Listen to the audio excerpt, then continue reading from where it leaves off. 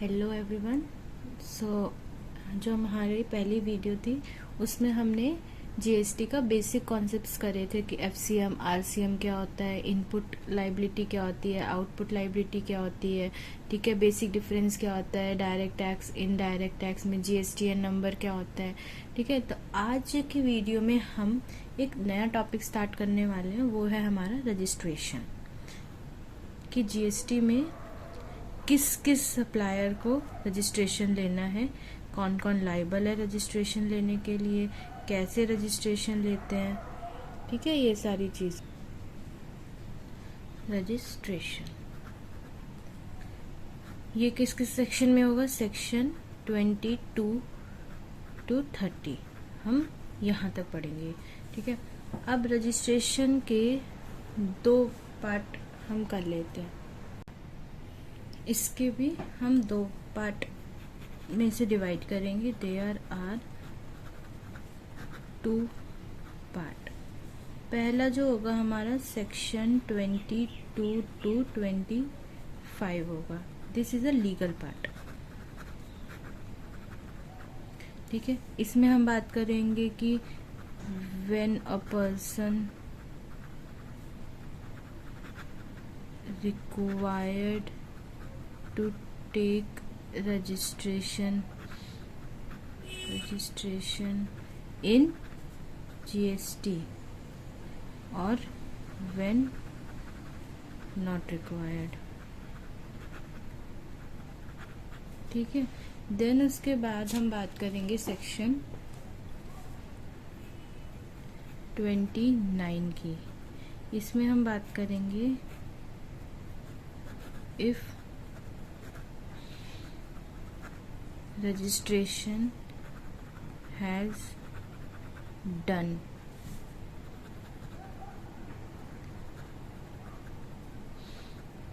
whether we can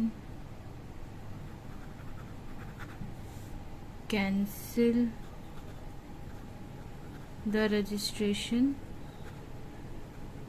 or not, या फिर हम सरेंडर मतलब खुद भी उसे सरेंडर कर सकते हैं कि पहले हमने जीएसटी नंबर ले लिया, उसके बाद हमने बोला कि अब हमें यूज नहीं है तो हम अपने आप से ही कैंसिल करवाना चाहते हैं।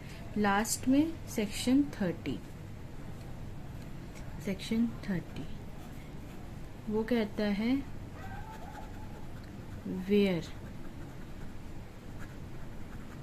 Weather officer of GST cancel our registration or not, ठीक है। कि एक तो हो गया कि भैया हमने खुद ही अपना जीएसटी नंबर सरेंडर कर दिया या कैंसिल करवा दिया। एक होता है कि कौन कौन से ऐसे रीजन है जिसमें ऑफिसर हमारा जीएसटी नंबर को कैंसिल कर सकता है, ठीक है। जीएसटी नंबर कैंसिल कर सकते हैं, क्या क्या वो बातें हैं जिससे अगर वो चीजें हो गई, जैसे हमने रिटर्न फाइल नहीं करी अपनी बहुत महीनों तक, तो फिर ऑफिसर के पास ये राइट है कि वो हमारा जीएसटीएन नंबर को कैंसिल कर सकता है, ठीक है। इसी में हम पढ़ेंगे कि क्या जब वो कैंसिल कर लेगा तो हम क्या उसे रिवोक करवा सकते हैं, क्या उसे वापस ले सकते हैं, तो ये सारी चीजें हम इसमें पढ़ेंगे। अब एक टेबुलर फॉर्म में हम देख लेते हैं कि सेक्शन कैसे कैसे डिवाइड है, ठीक है। 3 हम यहाँ पर लेते हैं। फर्स्ट हम लेते हैं सेक्शन 22 to 25। ये हमने अभी पढ़ा था, लीगल पार्ट है। सेक्शन 26 to 28 ये हम प्रैक्टिकली पोर्टल पे जाके करेंगे।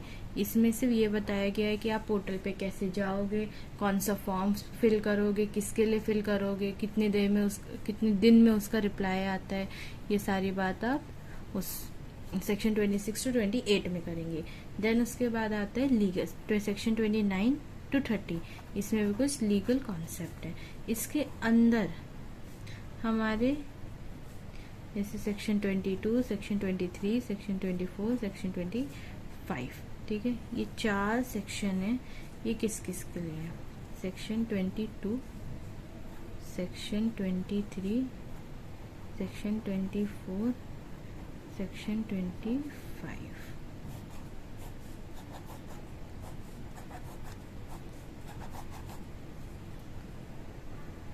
ये होता है हमारा general provision for registration.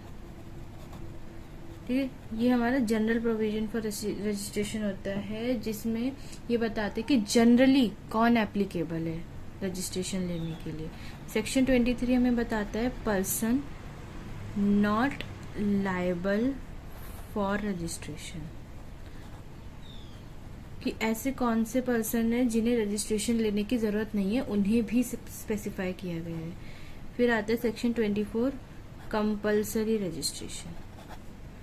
Compulsory registration, इसमें हमें बहुत सारे पार्ट्स दे रखे हैं। ठीक है, बहुत सारे पॉइंट्स हैं कि अगर ये सिचुएशन सेटिस्फाई हो गई तो आपको तो कंपल्सरी रजिस्ट्रेशन लेना ही है। और ये जो सेक्शन 25 है ये हमें बताता है प्रोसीजर के बारे में, प्रोसीजर की जीएसटी में कैसे हमें रजिस्ट्रेशन करवाना है, उसका क्या प्रोसीजर है। ठीक है, अब इसके बाद हम बात करते हैं। अब इससे पहले आप एक टर्म समझो, वो होती है हमारी टैक्सेबल पर्सन। कि टैक्सेबल पर्सन क्या होता है। टैक्सेबल पर्सन की डेफिनेशन हमें दे रखी है सेक्शन 2 सबसेक्शन 107 में। ठीक है, टैक्सेबल पर्सन कि कौन से वो इंसान है जो टैक्सेबल पर्सन होते हैं, उन्हें रजिस्ट्रेशन लेने की जरूरत होती है। ठीक है, तो इसका है taxable person means a person who is registered or liable to be registered under section 22 and 24। कोई भी पर्सन जो रजिस्टर्ड होने के लिए लाइबल हो जाता है सेक्शन 22 सेक्शन 24 में। अभी हमने पढ़ा नहीं, लेकिन हमने यहाँ देखा ना कि जो सेक्शन 22 है वो जनरल प्रोविजन के बारे में बताता है, सेक्शन 24 जो है वो कंपल्सरी रजिस्ट्रेशन के बारे में बताता है। तो अगर ये दोनों, कोई भी पर्सन इन दोनों सेक्शन में आ गया तो वो टैक्सेबल पर्सन मान लिया जाएगा। अब इसकी छोटी सी बात है कि अगर कोई भी पर्सन सेक्शन 22 और 24 में कवर हो जाता है तो एक तो वो टैक्सेबल पर्सन होता है, दूसरा कि भले ही वो रजिस्टर्ड ना हो लेकिन अगर उस पर लाइबिलिटी आ गई है रजिस्ट्रेशन की तो भी वो टैक्सेबल पर्सन होगा। ठीक है, क्योंकि अगर सपोज उसकी 24 जून को सपोज उसकी, अभी आप पढ़ेंगे कि यहाँ पर अगर आपकी टर्नओवर एक पर्टिकुलर लिमिट से एक्सीड हो जाती है तो आप लायबल हो जाते हो टैक्स पे करने के लिए। ठीक है, या फिर रजिस्ट्रेशन लेने के लिए।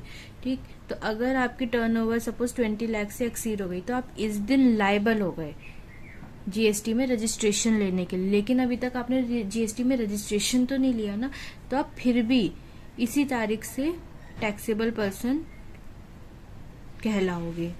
भले ही आपको एक महीने के बाद मतलब 24 जुलाई को रजिस्ट्रेशन मिले, लेकिन आप इस दिन से टैक्सेबल पर्सन कहलाओगे। ठीक है, अब इसमें यह है कि जीएसटी में कोई भी सेंट्रलाइज्ड रजिस्ट्रेशन नहीं होता। हम बात करते हैं आगे।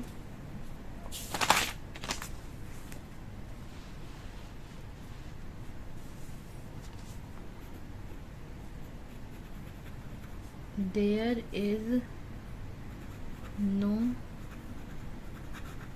concept of centralized registration in GST। अब मैम इसका मतलब क्या है समझाते हैं आपको। Centralised registration, suppose mister X है, ठीक है, उसके 4 बिजनेस हैं। एक समझ लेते हैं हरियाणा में, एक दिल्ली में, 1 मुंबई में मान लेते हैं, 1 एक 1 मुंबई में मान लेते हैं, 1 एक 1 दिल्ली में, 1 एक मुंबई में मान लेते हैं, 1 एक 1 हरियाणा में, 1 एक दिल्ली में, 1 एक मुंबई में मान लेते हैं, 1 एक 1 हरियाणा में, 1 एक 1 दिल्ली में, 1 एक 1 मुंबई में मान लेते हैं। और दूसरा यूपी में, चौथा यूपी में मान लेते हैं।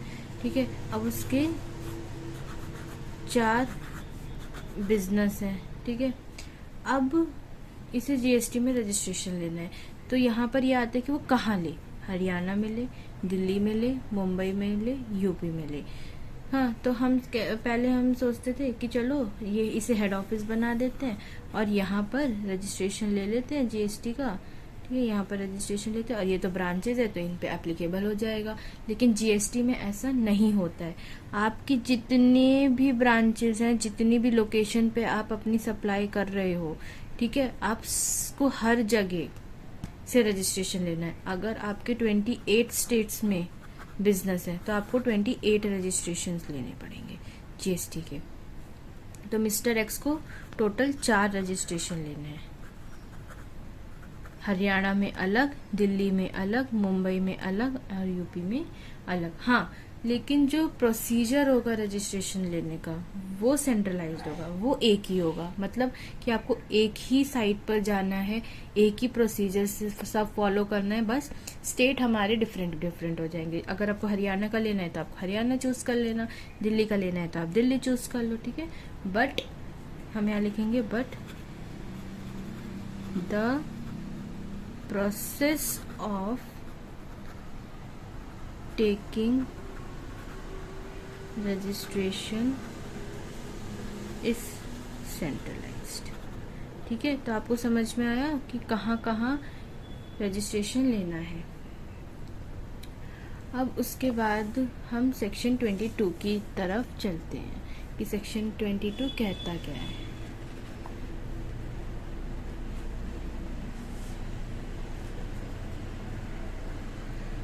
तो पहले हम लीगल डेफिनेशन कर लेते हैं सेक्शन 22 की। सेक्शन 22 तो ये बोलता है एवरी पर्सन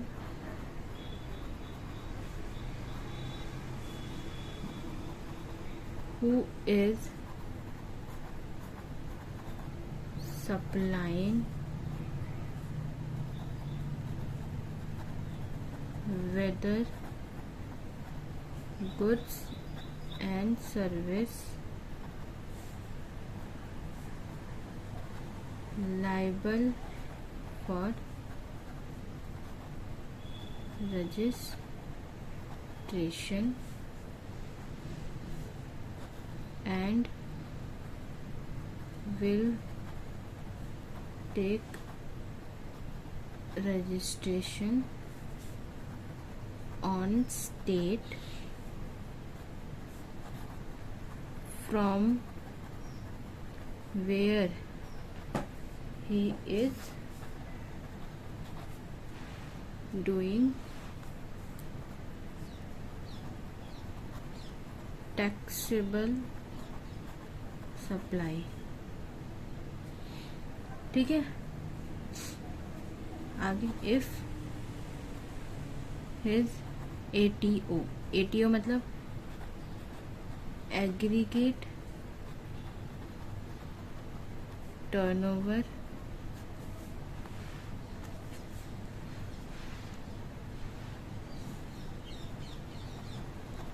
एक्सीड 20 लाख। अब देखो इसका मतलब क्या है। ये कह रहा है, सेक्शन 22 कहता है कि वो सारे इंसान, वो सारे पर्सन जो कि सप्लाई कर रहे हैं गुड्स एंड सर्विसेज की, ठीक है, वो लायबल है रजिस्ट्रेशन लेने के लिए। कौन से स्टेट में? जहां से वो सप्लाई कर रहे हैं। ध्यान रखना यहाँ पर टैक्सेबल सप्लाई है। अभी हम बात करेंगे कि सप्लाई भी एग्जेम्प्टेड होती है, नील रेटेड सप्लाई होती है, 0 रेटेड सप्लाई होती है। ठीक है, तो जहां से वो टैक्सेबल सप्लाई कर रहे हैं, अगर उनका टर्नओवर 20 लाख से एक्सीड हो जाता है, ठीक है, 20 लाख से जैसे ही उनका टर्नओवर एक्सीड हो जाएगा वो लायबल हो जाएंगे रजिस्ट्रेशन लेने के लिए। ठीक है, every person who is supplying whether goods and services, कि कोई भी पर्सन चाहे वो गुड्स सप्लाई कर रहा हो या सर्विस सप्लाई कर रहा हो, ठीक है, अगर तो वो लायबल है रजिस्ट्रेशन के लिए। ठीक, कौन से स्टेट में, जहां पर वो, अब ऐसा तो है नहीं ना आप दिल्ली में सप्लाई कर रहे हो तो आप हरियाणा का रजिस्ट्रेशन थोड़ी ना लोगे, तो जिस स्टेट में आप सप्लाई कर रहे हो उसी स्टेट में लोगे। टैक्सेबल सप्लाई होनी चाहिए। कब करोगे? अब देखो बहुत सारे जो वेंडर है वो गुड्स सप्लाई करते हैं तो क्या सबको रजिस्ट्रेशन लेना चाहिए? नहीं, जिसका भी टर्नओवर 20 लाख से एक्सीड हो जाता है उसे ही वो लायबल है। अब इसमें कुछ कुछ एक छोटे से पॉइंट्स हैं कि गवर्नमेंट ने कुछ नोट्स दे रखे हैं, वो आप देख लो कि this may be increased up to 40 lakh in case of goods। दूसरा, in case of special category state, ATO मतलब aggregate turnover will be 10 lakh।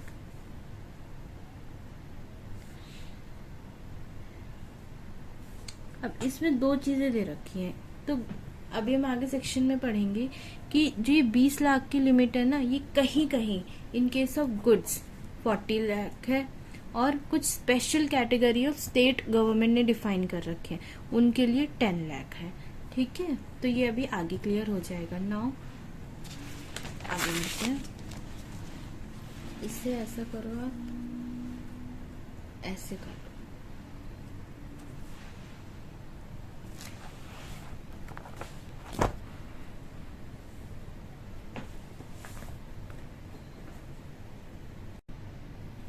अब मैं आपको ना टेबुलर फॉर्म में सेक्शन 22 प्रॉपरली समझा देती हूँ। ये आप चाहो तो इसे बना लो, बिकॉज ये आपके भी काम में आएगा। रजिस्ट्रेशन सेक्शन कौन सा है? सेक्शन 22।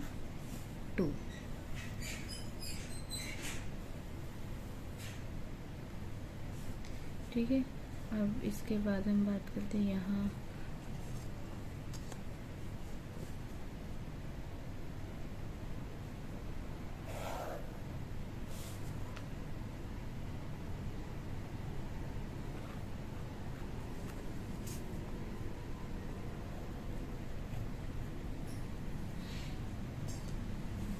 तो हम यहाँ लिखते हैं, ये यहाँ पर आएगा एक्सक्लूसिवली सर्विस, और यहाँ पर आएगा एक्सक्लूसिवली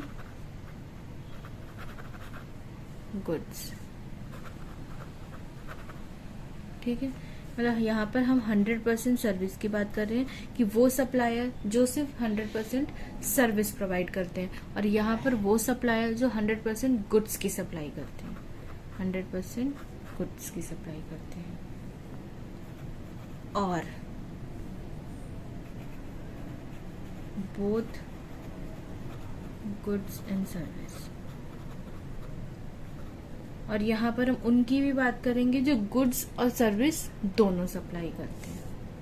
तो एक तरीके से ये है, क्योंकि कुछ कुछ ऐसे वेंडर होते हैं जो गुड्स भी सप्लाई करते हैं और सर्विस भी सप्लाई करते हैं। ठीक है, अब सपोज रेस्टोरेंट है, रेस्टोरेंट हमें सर्विस भी प्रोवाइड कर रहा है प्लस हमें गुड्स भी प्रोवाइड कर रहा है। ठीक है, और ये आता है, इसमें हम दोनों कवर करेंगे कि गुड्स और सर्विस, और जो सिर्फ और सिर्फ सर्विस भी प्रोवाइड कर रहे हैं उसके लिए भी। और यहाँ पर हमसे बात करेंगे जो कि सिर्फ गुड्स की सप्लाई कर रहा है। अब इसमें ना दो बाइफर्केशन करना।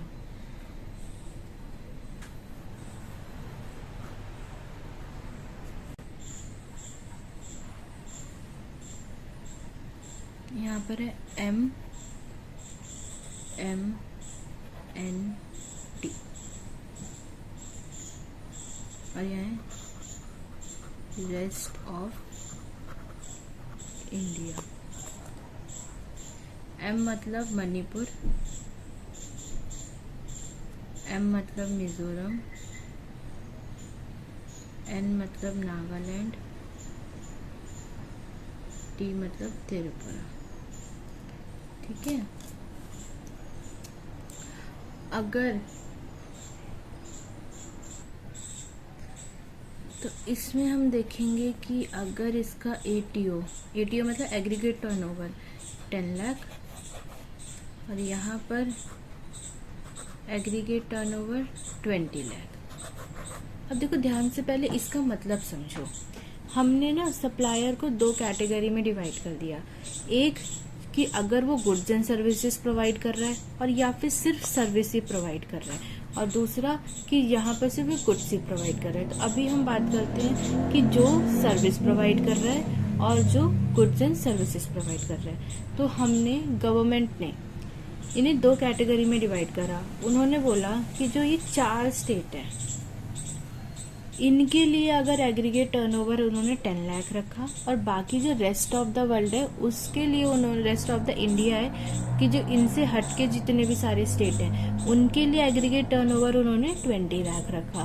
ठीक है, तो अब मैंने क्या बोला था कि सेक्शन 22 क्या कहता है कि अगर किसी भी सप्लायर अगर टैक्सेबल गुड्स एंड सर्विसेज की सप्लाई कर रहा है तो अगर उसका टर्नओवर एक्सीड हो जाता है 20 लाख से, तो he is liable to take the registration in GST. ठीक, अब यहाँ तो 20 लाख समझ में आता है, लेकिन इन 4 स्टेट को अलग मतलब 10 क्यों रखा है? इसलिए रखा है क्योंकि गवर्नमेंट ने बोला यार ये छोटी छोटी स्टेट्स हैं, ठीक है, इनको 20 लाख भी इनके लिए बहुत बड़ी बात है। अगर वहाँ पर ज़्यादातर जो सप्लायर है जो बिजनेस करते हैं अगर उनका टर्नओवर 20 लाख हो जाता है तो वो भी बहुत बड़ी बात है। तो इसीलिए इनके टर्नओवर को थोड़ा कम कर दिया। तो बोला कि अगर मणिपुर, मिजोरम, नागालैंड, त्रिपुरा में जो भी टैक्सेबल गुड्स एंड सर्विसेज की सप्लाई करता है और अगर उसके बिजनेस का टर्नओवर 10 लाख से ज़्यादा हो गया किसी भी दिन, तो वो रजिस्ट्रेशन लेने के लिए लायबल है सेक्शन 22 में। ठीक है, अब हम बात कर, और बाकी के लिए तो अगर 20 लाख हो गया तो 20 लाख से जैसे क्रॉस करा तो तब वो रजिस्ट्रेशन के लिए लायबल है। अब हम बात करते हैं गुड्स की, तो इसे हम करते हैं नेक्स्ट पेज में। यहाँ लिखते हैं एक्सक्लूसिवली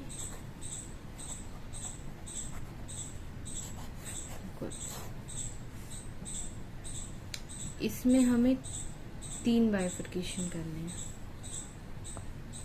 पहला, दूसरा, तीसरा।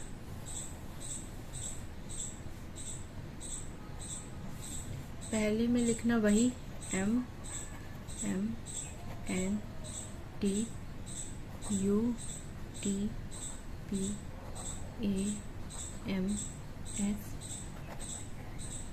Rest of India. यहाँ लिखना एग्रीगेट टर्नओवर 40 लाख। यहाँ लिखना एग्रीगेट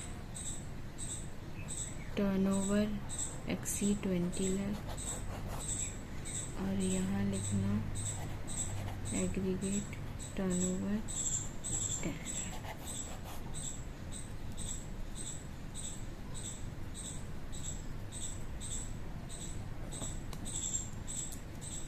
M मतलब अभी तो बताया था मैंने मणिपुर, M मतलब मिजोरम, N मतलब नागालैंड और T मतलब त्रिपुरा, U मतलब उत्तराखंड,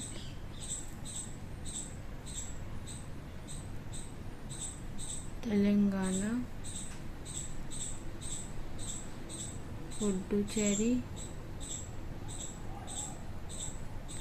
अरुणाचल प्रदेश, मेघालय और सिक्किम। अब देखो ध्यान से समझो, अब हम बात कर रहे हैं सिर्फ गुड्स की, कि जो सप्लायर सिर्फ गुड्स की सप्लाई करता है। तो गवर्नमेंट ने उन्हें 3 कैटेगरी में डिवाइड करा। उन्होंने बोला अगर मणिपुर, मिजोरम, नागालैंड, त्रिपुरा है तो उसमें हम लिमिट देखेंगे 10 लाख की, कि अगर इन स्टेट में से कोई भी सप्लायर की अगर टर्नओवर किसी भी साल 10 लाख से ज़्यादा हो गई तो वो जीएसटी रजिस्ट्रेशन के लिए लायबल है। फिर उसने बोला कि अगर उत्तराखंड, तेलंगाना, पुडुचेरी, अरुणाचल प्रदेश, मेघालय और सिक्किम, इनमें से अगर किसी भी स्टेट के सप्लायर की टर्नओवर किसी भी साल 20 लाख हो गई तो फिर इसे रजिस्ट्रेशन लेने के लिए लायबल है जीएसटी में, और बाकी रेस्ट ऑफ द इंडिया के लिए 40 लाख है। तभी मैंने बोला था कि बहुत केसेस में, पीछे हमने नोट लिखा था ना कि किसी किसी केस में 40 लाख है, तो वैसे तो 40 लाख है और इन स्टेट के लिए 20 लाख है, ठीक है, और बाकी के लिए हमारे पास 10 लाख है।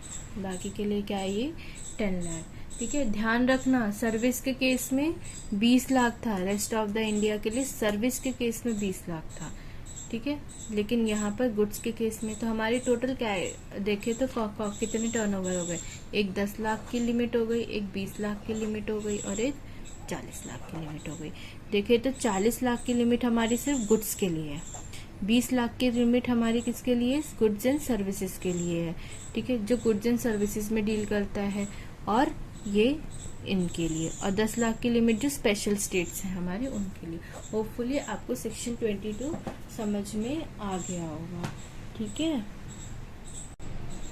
अब बात करते हैं कि चलो ये तो समझ में आ गया कि एग्रीगेट टर्नओवर, मतलब एग्रीगेट टर्नओवर अगर एक्सीड हो जाती है तो हमें रजिस्ट्रेशन लेना है, अगर एक पर्टिकुलर लिमिट से एग्रीगेट टर्नओवर इंक्रीज हो जाती है।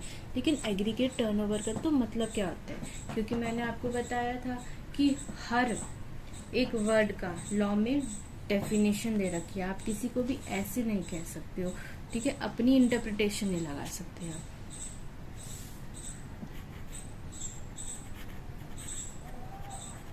एग्रीगेट टर्नओवर, इसकी जो हमें डेफिनेशन दे रखी है वो दे रखी है सेक्शन 2 सब सेक्शन 6 में। नाउ व्हाट इज एग्रीगेटर, पहले आप इसकी डेफिनेशन लिखो। Aggregate turnover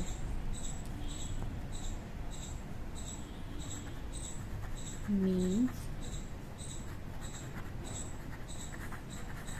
the aggregate value of all taxable supplies excluding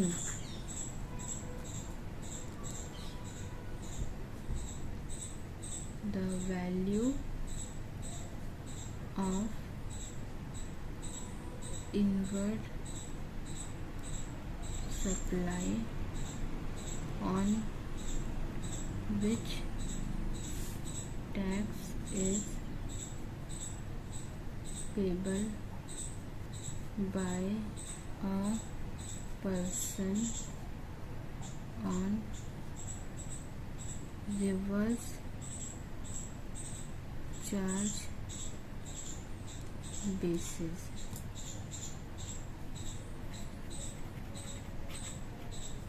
Exempt supplies, exports of goods or services or both, and interstate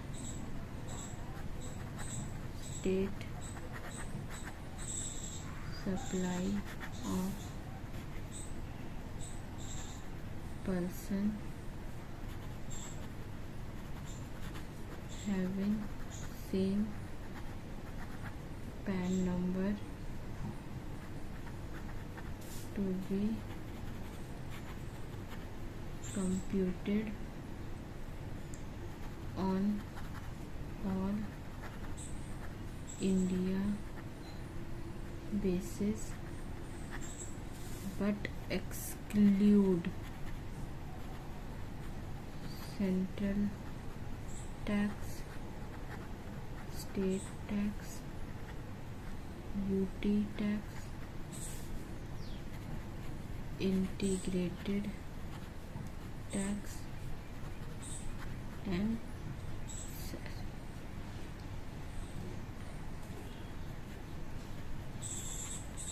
taxable goods liable to GST, non taxable goods no power under the act to tax these goods. And the third, exempted goods. Government has power to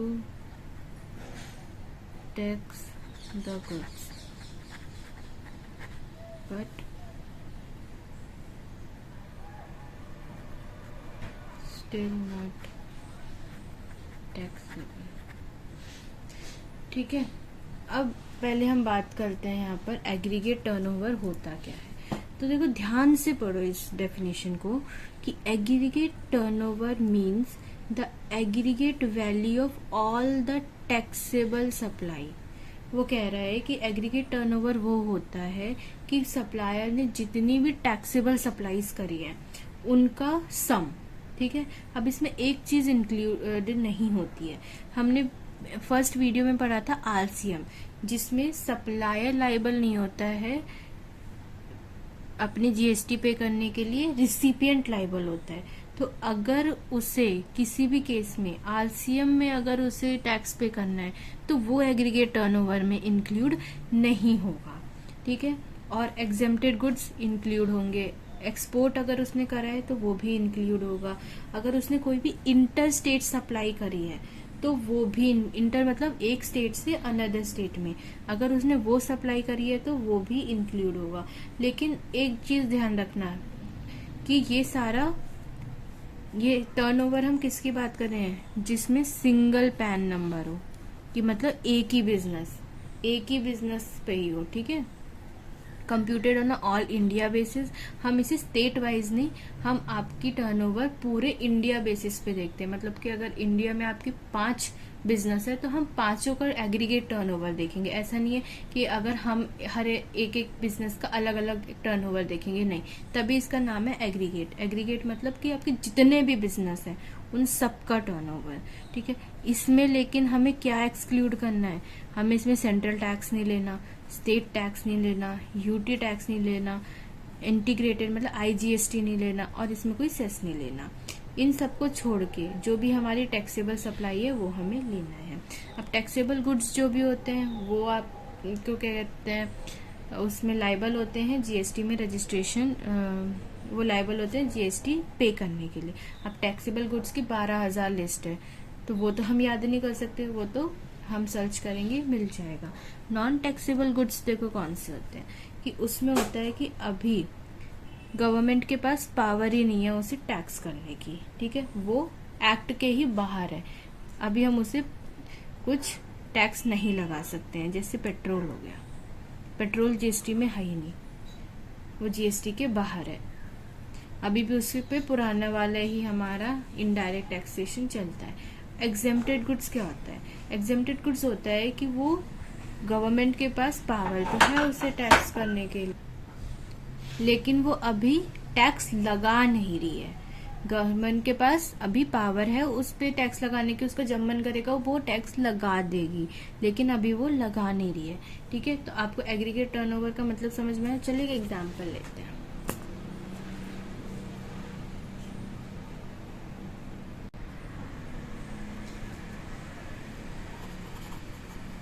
एक mister A है, उनकी company है ए limited, उनके 3 product हैं। ठीक है, 3 product हैं। पहला है उनका ड्रिंको, वो कोई सॉफ्ट ड्रिंक बनाते होते हैं। दूसरा है उनका पिंको और आइको। ड्रिंको टैक्सेबल गुड्स है, टैक्सेबल गुड्स मतलब मैंने क्या बताया था, जिसपे जीएसटी एप्लीकेबल होता है। पिंको है एग्जेम्प्टेड गुड्स। और ये आईको प्रोडक्ट इंडिया में कोई खरीदता नहीं है, ये सारा वो एक्सपोर्ट कर देते हैं। ठीक है, अब इन ड्रिंकों को बेच के उनकी टोटल टर्नओवर हुई 14 लाख, पिंको को बेच के 16 लाख और एक्सपोर्ट करा उन्होंने 22 लाख। ठीक है, अब मैं आपसे कह रही हूँ कि बताओ कि क्या मिस्टर ए लायबल है रजिस्ट्रेशन लेने के लिए अंडर सेक्शन 22। तो आप पहले तो एग्रीगेट टर्नओवर देखो, पहले तो आप यही देखोगे टैक्सेबल गुड्स एग्रीगेट टर्नओवर की डेफिनेशन में आता है, हाँ आता है, एग्जेम्प्टेड आता है, एक्सपोर्ट आता है। तो आप सिर्फ उसको कैलकुलेट कर दो, तो ये होगा 52 लाख हो गए। तो यस, उनकी जो थ्रेशोल्ड लिमिट है वो कितनी थी, हमारे गुड्स के केस में 40 लाख था ना, तो 40 लाख से तो टर्नओवर इंक्रीज हो गया। तो yes, mister A is liable to take registration under section 22। ठीक है,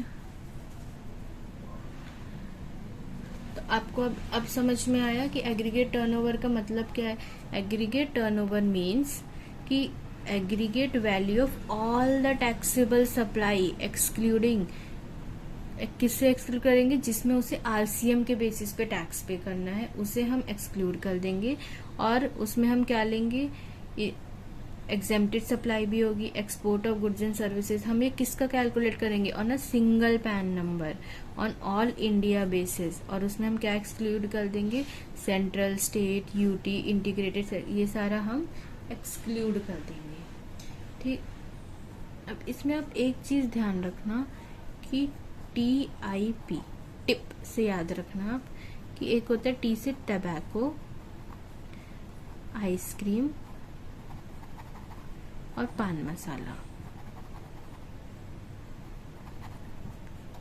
अब हमने पीछे पढ़ा था कि जो बंदा, जो सप्लायर सिर्फ एक्सक्लूसिवली गुड्स में डील करता है, तो उसके लिए वो स्पेशल स्टेट को छोड़ के, उसके लिए अगर आप बाकी के रेस्ट ऑफ इंडिया की बात करो तो उनके लिए लिमिट कितनी थी, 40 लाख, है ना। लेकिन ये देखो, ये भी गुड्स में ही है, लेकिन इनके लिए लिमिट कितनी है, एग्रीगेट लिमिट 20 लाख ही है। ठीक, अगर कोई भी सप्लायर टबैको, आइसक्रीम, पान मसाला, इन तीनों की मैन्युफैक्चरिंग करता है और उसकी सप्लाई करता है, तो उसमें उसकी टर्नओवर हम 20 लाख देखेंगे, 40 लाख नहीं देखेंगे। ये इसलिए बोला है क्योंकि देखो टबैको, आइसक्रीम भी थोड़ी लग्जीरियस में आ जाती है, पान मसाला ये सब थोड़ी अनहेल्दी चीजें हैं। ठीक है, तो इनकी ज्यादा प्रोडक्शन होगी तो दिक्कत होगी, इसीलिए इनकी क्या करते हैं, इनका एग्रीगेट का टर्नओवर कम कर दिया, ताकि जल्दी से इनका एग्रीगेट टर्नओवर अगर एक्सीड हो जाएगा 20 लाख से तो ये टैक्स दे पाएंगे। ठीक है, मेन चीज है टैक्स लेने वाली बात है। अब होपफुली आपको सेक्शन 22 समझ में आ गया होगा। वो होता है थ्रेशोल्ड लिमिट का, कि अगर किसी भी बिजनेस की, अगर वो टैक्सेबल गुड्स एंड सर्विसेज की सप्लाई कर रहा है और उसका टर्नओवर एक स्पेसिफिक लिमिट से एक्सीड हो जाता है तो वो लायबल हो जाता है रजिस्ट्रेशन के लिए। अब हम बाद में अभी आगे सेक्शंस में पढ़ेंगे कि उससे कितने दिन में रजिस्ट्रेशन लेना होता है, क्या प्रोसीजर है। ठीक है, अब हम एक नया सेक्शन करते हैं, वो करते हैं सेक्शन 23। वो होता है हमारा person not liable for GST registration. Person not liable for registration in GST के ऐसे कौन, अब इन्होंने ये तो बता दिया कि भैया अगर आपकी जो लिमिट है एग्रीगेट टर्नओवर की वो इससे एक्सीड हो जाती है तो आप लायबल हो रजिस्ट्रेशन लेने के लिए। लेकिन ऐसे कौन कौन से पर्सन हैं जिन्हें रजिस्ट्रेशन में जरूरत नहीं है, GST में रजिस्ट्रेशन लेने की जरूरत नहीं है, चाहे उनकी टर्नओवर 40 से एक्सीड हो जाए, 20 से एक्सीड हो जाए, 10 से हो जाए, कितनी भी हो जाए, फिर भी उन्हें लेने की जरूरत नहीं है। ठीक है, तो वो कौन कौन से हैं, 2 हैं।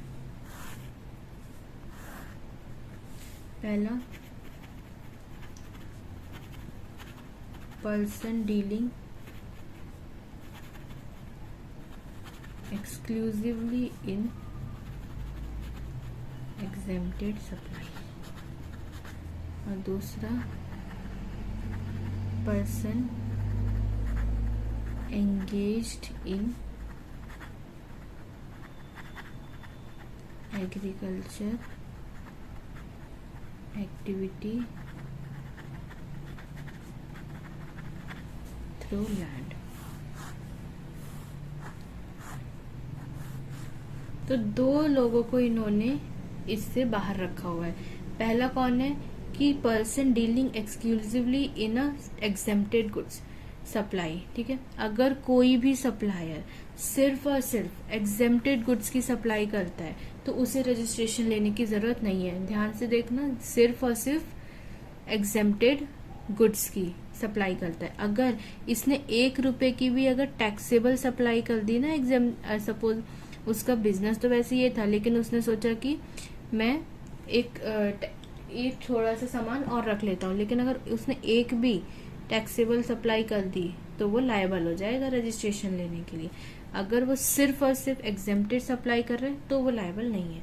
और दूसरा, person engaged in agriculture activity through land, कोई भी पर्सन जो एग्रीकल्चर एक्टिविटी कर रहा है थ्रू द लैंड, ठीक है, तो वो भी जीएसटी में लायबल नहीं है रजिस्ट्रेशन लेने के लिए। एक एग्जाम्पल देखते हैं। फॉर एग्जाम्पल, मिस्टर एक्स है, उनका एक बिजनेस है हरियाणा में और उससे उनकी टर्नओवर 40 लाख हो गई, लेकिन कंडीशन ये है कि वो एग्जेम्प्टेड गुड्स में सप्लाई करते हैं। तो whether he is liable to take the registration और नॉट? नहीं, बिकॉज एग्जेम्प्टेड गुड्स है, ठीक। दूसरा देखते हैं, मिस्टर एक्स है, उनके वो बिस्किट भी मैन्युफैक्चर करते हैं, कोल्ड ड्रिंक भी, और एक और, चलो कुरकुरे। यहाँ से सपोज अभी हम मान लेते हैं ये टैक्सेबल गुड्स है, ये एग्जेम्प्टेड सप्लाई है, और ये हमारी टैक्सेबल मान लेते हैं। टैक्सेबल, ये सपोज इसे एक्सपोर्ट कर रहे हैं, एक्सपोर्ट सप्लाई, ठीक है। इससे उन्हें आ रहा है 10 लाख, इससे आ रहा है उन्हें 30 लाख, और इससे आ रहा है उन्हें 20 लाख, ठीक है। अगर हम ध्यान से देखें